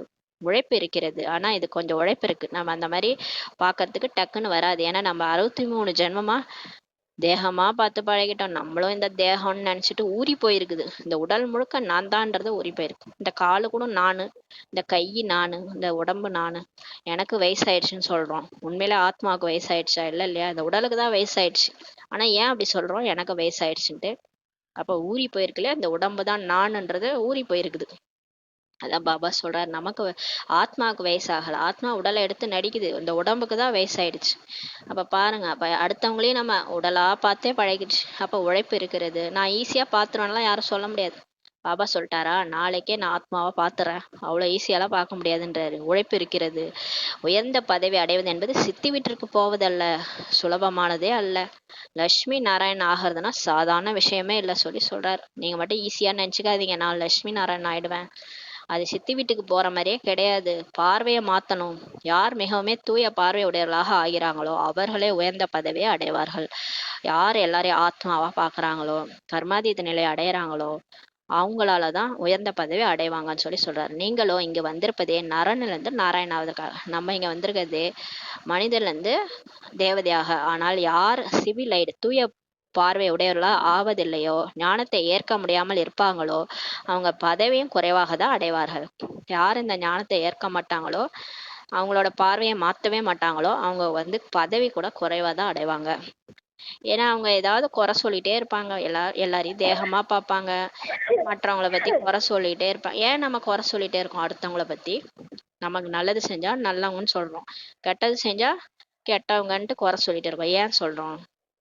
நம்ம வந்து தேகத்தை பார்க்குறோம் இல்லையா? நம்ம ஆத்மாவை பார்த்துருந்தா அந்த மாதிரி சொல்ல மாட்டோம். சரி, அவங்க பாட்டு நடிக்கிறாங்க. நமக்கு தான் வந்து ஞானம் இருக்கு இல்லையா? அறிவு கொடுத்துருக்காருல கடவுள். அவங்க பாட்டு நடிக்கிறாங்க, நீங்க ஏன் அவங்கள பத்தி குறை சொல்லிட்டு இருக்கீங்க? அது பாபா சொல்றாரு. யார் இந்த மாதிரி தேகமா பார்த்துட்டு இருக்கிறாங்களோ அவங்க கடைசி வரைக்கும் ஞானத்தையும் ஏத்துக்க மாட்டாங்க. அவங்க பார்வையும் மாறாது. அப்ப குறைவான பதவி அடைவாங்க. இச்சமயம் அனைத்து மனிதர்களும் கிரிமினலைஸ் குற்றப்பார்வையுடையவர்களாக இருக்கிறாங்க. உலகமே அப்படிதான் இருக்குது. நம்மளும் இந்த உலகத்துல தான் இருக்கிறோம். ஆனா நம்ம பார்வையை மாத்த சொல்றாரு. சத்தியுகத்தில் சிவிலைஸ்டு தூய பார்வையுடையவர்களாக இருப்பாங்க. சொர்க்கத்துல எல்லாரும் ஆத்மாவை தான் பார்ப்பாங்க. லட்சுமி நாராயணன் பார்த்தா நெற்றி புறத்தை ஆத்மா தான் பார்ப்பாங்க, அந்த உடலை பார்க்க மாட்டாங்க. ஆனா அவ்வளோ அழகா இருப்பாங்க எல்லாருமே. ஆனா யாரையுமே உடலா பார்க்கவே மாட்டாங்க. எல்லாரும் தான் ஆத்மான்றத உணர்ந்திருப்பாங்க அங்க. அது அரை கல்பம் நம்ம இப்ப பார்க்க பழகிட்டோம்னா 2500 வருஷம் அதே பார்வையில தான் நம்ம இருப்போம். மாத்தவே மாட்டோம் பார்வை. அதுக்கப்புறம் தான் அந்த தேக உணர்வு வருது. அது எதனால வந்ததுன்னே தெரியல. தேக உணர்வு வந்ததுனாலதான் இவ்வளோ பிரச்சனை. 63 ஜென்மம் நம்ம இவ்வளோ அனுபவிக்கிறோம். இனிமையான குழந்தைகளே, நீங்கள் தேவி தேவதை சொர்க்கத்தின் அதிபதியாக விரும்புகிறீர்கள் என்றால் மிக மிக சிவிலைடு தூய பார்வையுடையவர்கள் ஆகுங்கள் என்று தந்தை புரிய வைக்கிறார். இப்ப பாபா வந்து ரொம்ப தூய பார்வையுடையவர்களா ஆகுங்கள்ட்டு புரிய வைக்கிறார். தன்னை ஆத்மா என்று உணர்ந்து தந்தையை நினைவு செய்தீர்கள் என்றால் 100% சோல் கான்சியஸ் ஆத்மா உடையவர்களாக ஆக முடியும் சொல்லி சொல்றாரு. நீங்க வந்து ஆத்மான்னு புரிஞ்சுக்கிட்டு பாபாவை நினைவு செஞ்சா 100% ஆத்மா உணர்வுல உங்களால ஆக முடியுன்றார். அதனாலதான் நினைங்க குழந்தைகளேன்றார். நம்ம முரளி கேட்டாலாம் முரளி கேட்டேன்னா அப்படியே மாறிட்டேன்னா சொல்ல முடியாது. பாபா நினைவில்லாம முரளி கேட்டாலே பெஸ்ட். பாபா நினைவில்லாம நம்ம என்னதான் முரளி கேட்டாலும் என்ன பண்ணாலும் மாற முடியாது. ஆனா பாபாவை நினைக்கணும். யோகமும் இருக்கணும், ஞானமும் இருக்கணும். ரெண்டுமே இருந்தாதான் நம்மளால அந்த நடத்தையில கேரக்டர்ல மாற்றம் வரும். இல்லைன்னா பழையபடியே தான் இருப்போம். நம்ம எல்லாரையும் தேகமா பாக்குறது, தவறு செய்யறது, பாவம் பண்றது அப்படியே தொடர்ந்துகிட்டே இருக்கும். அதுவும் பிகே ஆயிட்டு பாவம் செய்யும் போது 100 மடங்கு தண்டனை அனுபவிப்போம். அது சாதாரணமா நான்பிக்கைவா இருந்தா கூட 1 மடங்கு தண்டனை. அனைவருக்கும் பொருளை புரிய வைக்க வேண்டும் சொல்லி சொல்றாரு. சத்தியுகத்தில் பாவத்தின் எந்த ஒரு விஷயமுமே இருப்பதில்லை. சொர்க்கத்துல எல்லாம் ஆத்ம உணர்வுடையவரா இருக்கிறதுனால தேகத்தையே பார்க்க மாட்டாங்க. அப்ப வந்து எந்த பாவமுமே நடக்காது. அவர்கள் இருப்பதே சர்வகுண சம்பன்னராக இருக்கிறாங்க. சம்பூர்ண சிவில் ஐஸ் முழுமையான தூய்மை பார்வை உடையவர்களாக இருக்கிறாங்க. சந்திர வம்சத்தின்ற 2 கலை குறைஞ்சிருது. நிலாவினுடையது கூட கடைசியில் ஒரு கீற்று பிறை மீதம் இருந்து விடுகிறது. இப்ப நிலா பாருங்களேன், பௌர்ணமில இருந்து அமாவாசை ஆகும்போது சின்ன கோடு இருக்கும். முழுசா நிலா காணாம போகாது. ஒரு சின்ன கோடு பிறைன்னு சொல்லுவாங்க, அந்த மாதிரி இருக்கும். அதுக்கப்புறம் அடுத்த நாள்ல இருந்து திரும்ப அந்த பிறை வளர ஆரம்பிக்கும். அப்புறமா முழு நிலவாயிடும். அப்ப வந்து சந்திரன் கூட ஃபுல்லா மறைஞ்சு போகாது, ஏதோ கொஞ்சம் தெரியும். அந்த மாதிரி நம்ம ஆத்மால கூட சக்தி ஒரேடியா இறங்கிடாது, ஒரேடியாக இல்லாமல் ஆகி விடுவதில்லை. பெரும்பாலும் மறைந்து விட்டது என்று கூறுவார்கள். இந்த நிலா வந்து மறைஞ்சிடுச்சுன்னு சொல்லுவாங்க. ஆனா ஒரேடியா நிலா மறைஞ்சு போகாது. மேகங்களுக்கு இடையில் ஆனால் தென்படுவதில்லை. நிலா வந்து மேகங்களுக்கு இடையில தென்படாது. எனவே உங்களுடைய ஜோதி கூட முற்றிலுமாக அணைந்து போய்விடுவதில்லை என்று தந்தை கூறுகிறார். அதே மாதிரிதான் நம்ம ஆத்மா கூட அந்த விளக்கு முற்றிலுமா அணைஞ்சு போதில்ல, அந்த மாதிரி ஆத்மா ஜோதி ஒரேடியா அணைஞ்சு போகாது. கொஞ்சமாவது எரிஞ்சுக்கிட்டு தான் இருக்கும். கொஞ்சம் நஞ்சம் ஒளி இருக்குது ஆத்மால. கடைசி பிறவில நம்ம நடிச்சாலும் நம்ம ஒரேடியா சோர்ந்து போகிறது இல்லையா? கொஞ்சம் சக்தி இருக்கிறதுனால தான் இந்த உடல்ல நம்ம இருக்கிறோம். கொஞ்சம் நஞ்சமாவது நமக்கு ஒளி இருக்குது சொல்லி சொல்றாரு. இப்ப இந்த உடல்ல இருந்துகிட்டே நம்ம என்ன பண்றோம்? பாபா நினைக்க நினைக்க திரும்ப ஆத்மாக்கு சக்தி ஏறுது. சுப்ரீம் பேட்டரியிடமிருந்து மீண்டும் நீங்கள் சக்தி அடைகிறீர்கள். அப்ப பாபா நினைக்க நினைக்க ஆத்மாவுக்கு அந்த பௌர்ணமி நிலவு மாதிரி பேட்டரி சார்ஜ் ஆயிட்டே போகுதுன்னு சொல்லி சொல்றாரு. ஒண்ணுமே இல்லாத அந்த பிறை மாதிரி இருந்த ஆத்மா அப்படியே கொஞ்சம் கொஞ்சமா பாபா நினைக்க நினைக்க அந்த சார்ஜ் ஏறிட்டே போகும். நீங்க நினைச்சாதான் உங்க ஆத்மா சக்திசாலி ஆகும். பேட்டரி சார்ஜ் ஆகும்னா அப்பதான் வாழ்க்கையை நடத்த முடியும். அடுத்தடுத்த வாழ்க்கையை நம்ம பிகே ஆயிருக்கிறோம்னா பழைய பிறவி முடிஞ்சிடுச்சுன்னு அர்த்தம். சாக போற ஸ்டேஜ்ல தான் பாபா நம்மளை செலக்ட் பண்ணி நம்மள பிகே ஆகியிருக்கிறார். ஏன்னா ஆத்மா ஒரு கோடு தான் இருக்குது. இதுக்கு மேல விட்டா குழந்தை தாங்காது, வாழ்க்கையில வர பிரச்சனை அது தாங்காது, இந்த ஆத்மா தாங்காதுன்னு தான் நம்மளை செலக்ட் பண்ணியிருக்கிறாரு. நம்மளை எதுக்கு செலக்ட் பண்ணியிருக்காருன்னா நம்ம இதுக்கு மேல வரப்போற பிரச்சனைகளை இந்த ஆத்மா தாங்காதுன்னு தான் பாபா நம்மள அவர் பக்கம் கூட்டு வச்சு அவரை நினைக்க வச்சு இப்ப சக்தி ஏத்துறாரு.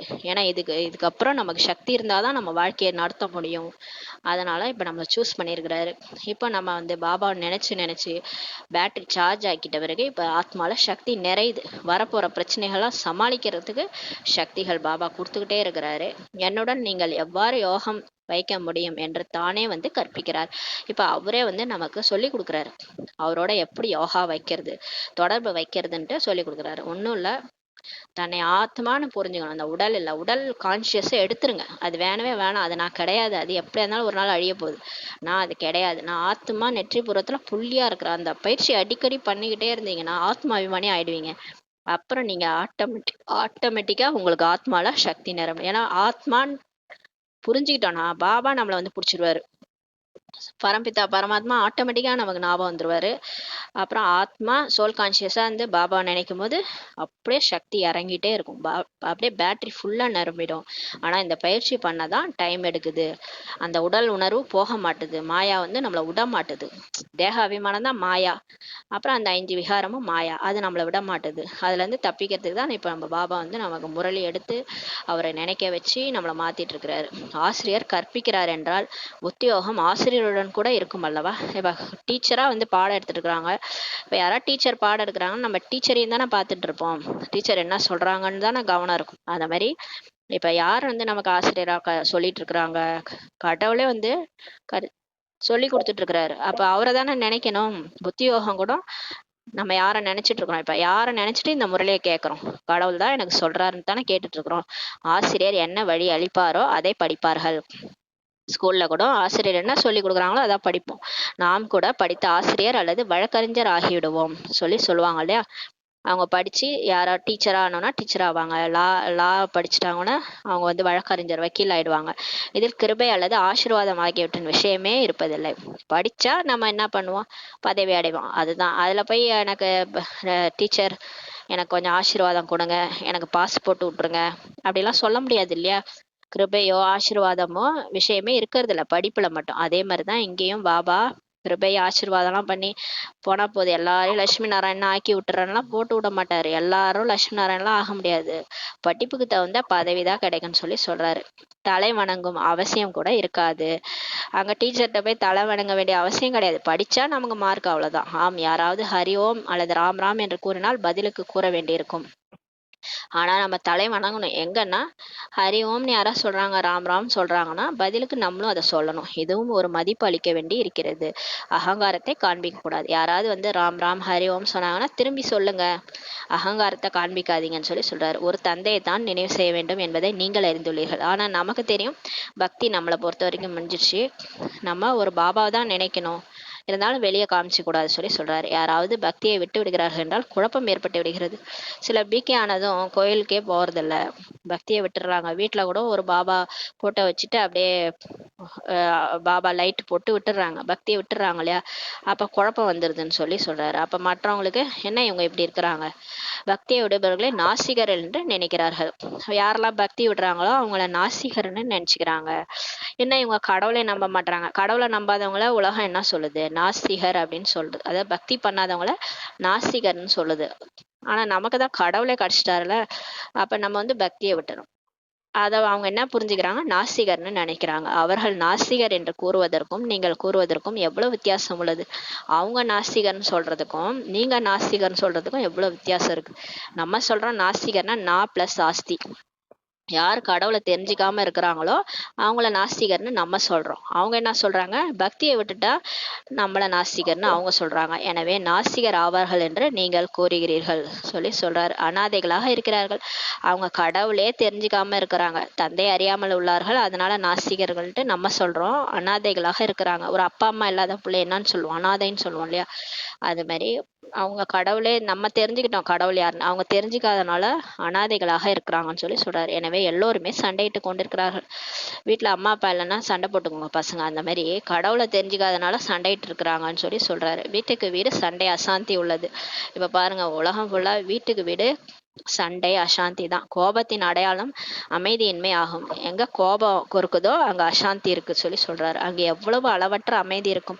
சொர்க்கத்துல பாருங்க, அவ்வளவு அமைதி இருக்கும், பக்தியில் மிகுந்த அமைதி கிடைக்கிறது என்று மனிதர்கள் கூறுகிறார்கள். கோயிலுக்கு போனா அவ்வளவு அமைதி இருக்கும் தெரியுமா அப்படின்னு சொல்லி சொல்றாங்க. ஆனால் அது குறுகிய காலத்திற்கானதாகும் சொல்லி பாபா சொல்றாரு. கோயில்ல போலாம், அப்புறம் அந்த 1 மணி நேரம், அப்புறம் வீட்டுக்கு வந்தா பழையபடி சண்டை. ஐயோ எனக்கு நிம்மதியே இல்லை, நான் எங்கேயாவது போறேன்ட்டு போயிரும். பாருங்க, அப்ப அது குறுகிய கால அமைதி தானே. கோயிலுக்கு போயிட்டு வந்தா கூட எங்க வீட்லயே வந்து அந்த அமைதி இருக்கா? இல்லையே. நிரந்தரமான அமைதி வேண்டும் அல்லவா சொல்லி பாபா சொல்றார். நீங்கள் தலைவனுடையவர்கள் இருந்து பின் அனாதைகளாக ஆகிவிடுகிறீர்கள். நம்ம கடவுளுடையவர்களா இருந்து கடைசியில அனாதை ஆயிரம். எப்ப? 2500 வருஷம் கழிச்சு. அப்போது அமைதியிலிருந்து பின் அசாந்தியில் வந்து விடுகிறீர்கள். அப்ப உங்களுக்கு சைலண்ட்ல இருந்து நீங்க என்ன ஆயிடுறீங்க, 2500 வருஷம் கழிச்சு அசாந்தியில வந்துடுறீங்க. எல்லையில்லாத தந்தை எல்லையில்லாத சுகத்தின் ஆசையை நமக்கு கொடுக்கிறாரு. எல்லைக்குட்பட்ட தந்தை எல்லைக்குட்பட்ட சுகத்தினுடைய ஆசையை கிடைக்கிறது. அவர் பாருங்க, வீடு வாசல் சொத்து சுகம்லாம் எல்லைக்குட்பட்ட தந்தை கொடுப்பாரு. இவர் எல்லையில்லாத தந்தை எல்லையில்லாத சுகத்தை கொடுக்கிறாரு. அது உண்மையில் துக்கம் தரும் காமவாளின் ஆஸ்தியாகும். இந்த எல்லைக்குட்பட்ட தந்தை நம்மளை கல்யாணம் பண்ணி வச்சு என்ன பண்ணிடுறாங்க, காமவாளினுடைய ஆசையை கொடுக்குறாங்க. அதனால துக்கமே துக்கமாக இருக்கிறது இல்லையா? அவங்க நல்லது நினைச்சு பண்றாங்க, ஆனா கடைசியில அது துக்கமா மாறிடுதுன்றாரு. எனவே நீங்கள் முதல் இடைக்கடை துக்கம் அடைகிறீர்கள் என்று இப்போது எல்லையில்லாத தந்தை சொல்கிறார்.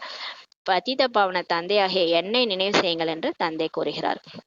இதற்கு சகஜ நினைவு மற்றும் சிருஷ்டி சக்கரத்தின் எளிய ஞானம் என்று கூறப்படுகிறது.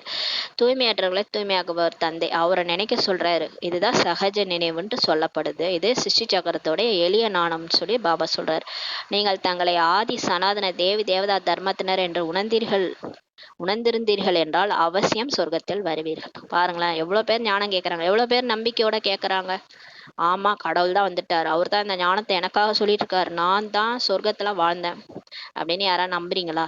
நம்பினீங்கன்னா நீங்க சொர்க்கத்துக்கு அவசியம் வருவீங்கன்னு சொல்லி சொல்றாரு. சொர்க்கத்தில் எல்லோருமே சிவிலைஸ் தூய பார்வையுடையவர்களாக இருந்தாங்க. ஆத்ம உணர்வுல தான் எல்லாரையும் பார்ப்பாங்க.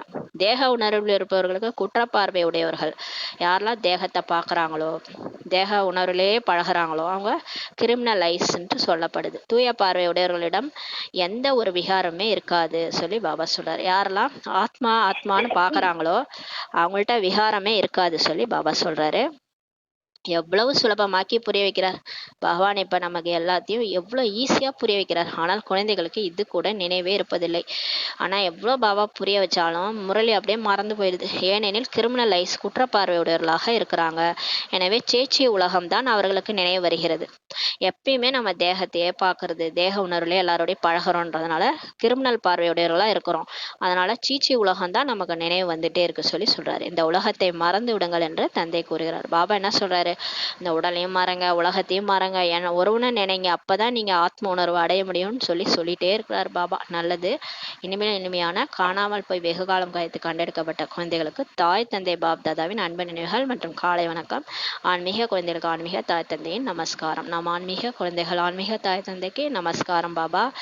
தாரணைக்கான முக்கிய சாரம். ஃபர்ஸ்ட் பாயிண்ட், சரீரத்தில் சிறிதளவு கூட பற்று இல்லாத அப்பேற்பட்ட யோகி ஆக வேண்டும்.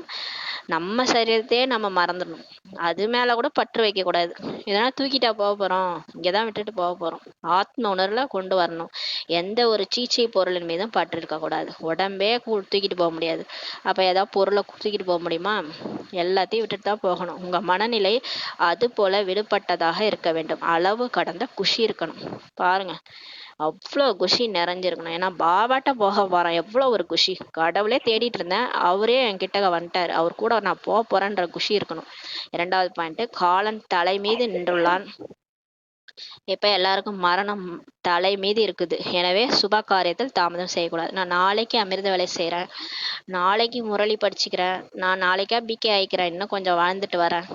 முடிஞ்சிரும் அவ்வளவுதான். வரவே மாட்டீங்கன்றாரு. ஏன்னா அவ்வளோ அந்த மாதிரி இருந்தவங்கலாம் போயிட்டாங்க நிறைய பேர். அதனால எனவே சுப காரியத்துல தாமதம் மட்டும் செய்யவே கூடாது சொல்லி சொல்றாரு. நாளைக்கென்று ஒத்தி போடக்கூடாது.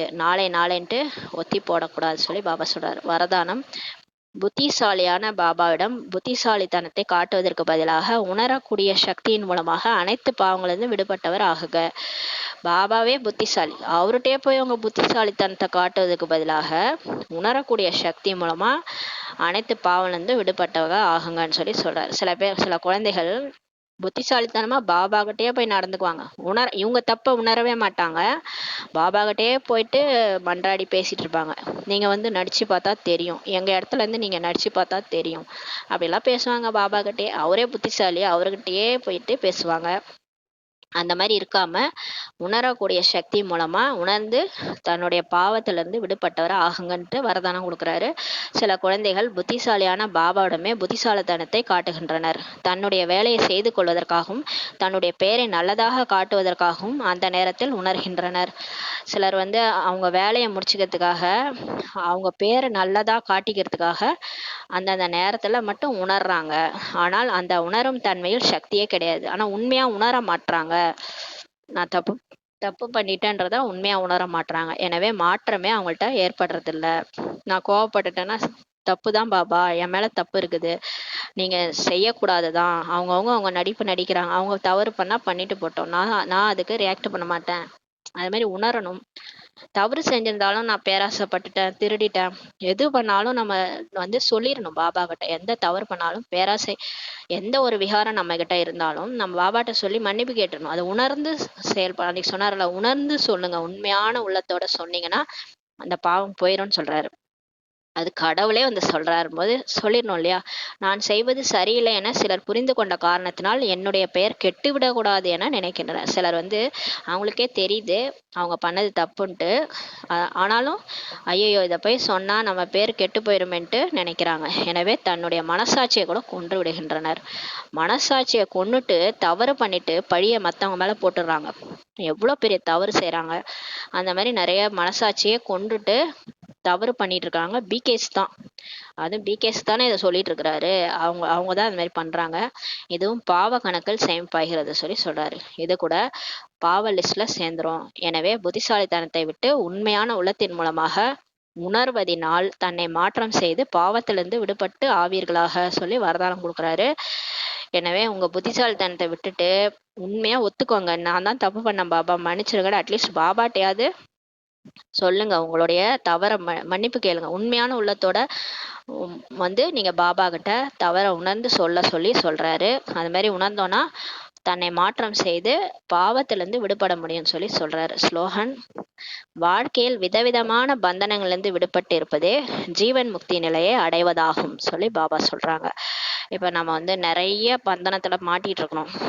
சரீரம் மேல பந்தனம், பற்று, உறவினர்கள் மேல பற்று, சாப்பாடு மேல பற்று. சாப்பாடுன்னா அப்படியே அது பிடிக்கும், இதுதான் எனக்கு பிடிக்கும் அப்படின்லாம் சொல்லிட்டு இருப்போம். நிறைய விஷயம் அது மாதிரி ட்ரெஸ், பாபா சொல்றாருல, பாபா சொல்லிதான் தெரியுது இது மேல நமக்கு இருக்கா, இது மேல பற்று இருக்கான்ட்டு. விதவிதமான பந்தனத்துல இருக்கிறோம் நம்ம. அதெல்லாம் மாட்டிட்டு இருந்தோம்னா கடைசி அந்துமதி சோகதி ஆயிடும். அதனால பாபா சொல்றாங்க, அதுல இருந்தெல்லாம் விடுபட்டு இருக்கிறது தான் இந்த ஜீவன் முக்தி நிலை.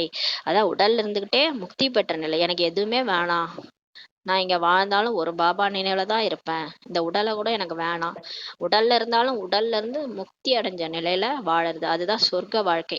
அது மாதிரிதான் தேவதைகள் சொர்க்கத்துல வாழ்ந்தாங்க. அவங்கள சுத்தி எல்லாமே இருக்கும், என்ன வேணுமோ எல்லாமே கிடைக்கும் அவங்களுக்கு. ஆனா எதன் மேலே அவங்களுக்கு பந்தனமே இருக்காது. அந்த மாதிரி இப்பயே நம்ம வாழணும். அந்த மாதிரி யார் வாழறாங்களோ அவங்கதான் ஜீவன் முக்தி நிலையை அடையறாங்கன்னு சொல்லி சொல்றாங்க. ஓம் சாந்தி. நன்றி பாபா, நன்றி ராமா, நன்றி பரிவாரம்.